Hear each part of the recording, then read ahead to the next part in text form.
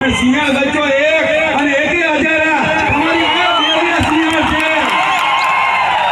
અને આજે તો આ છોટા ઉદેપુરની ભૂમિ પર બે સિંહ તમારી પાસે છે।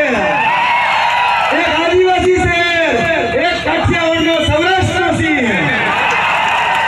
એટલે મોડી વાત તો કરવાની આવતી નથી।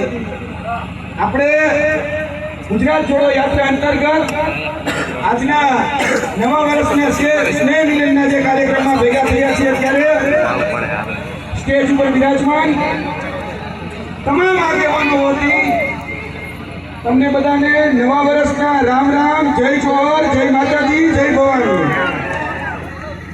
આજે તમારા સમક્ષ બે ચાર વાત મૂકવી છે, કારણ કે આપણે પોતાને ભૂલવાની ટેવ બહુ ને, એટલે હમણાં જ થોડા દિવસ પહેલા નવું મંત્રીમંડળ આવ્યું, ખ્યાલ છે બધાય? નવનિયુક્ત મંત્રીમંડળો હમણાં શપથ લેતા હતા। એમાં આદિવાસી સમાજના કેટલા? હાલો, આ કેબિનેટ કક્ષાના કેટલા? એમ આ છોટા ઉદેપુરના કેટલા? આ પંચમહાલના કેટલા?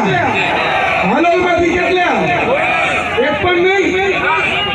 એલા કાકા હવે તો સમજો, જ્યાં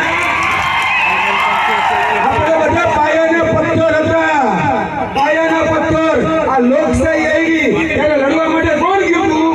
આ ક્ષત્રિય સમાજ ને આદિવાસી સમાજ। આજે આ નવા મંત્રીમંડળની અંદર ક્ષત્રિય સમાજની કાકરી કાઢી નાખી અને આદિવાસી સમાજની કાકરી કાઢી નાખી।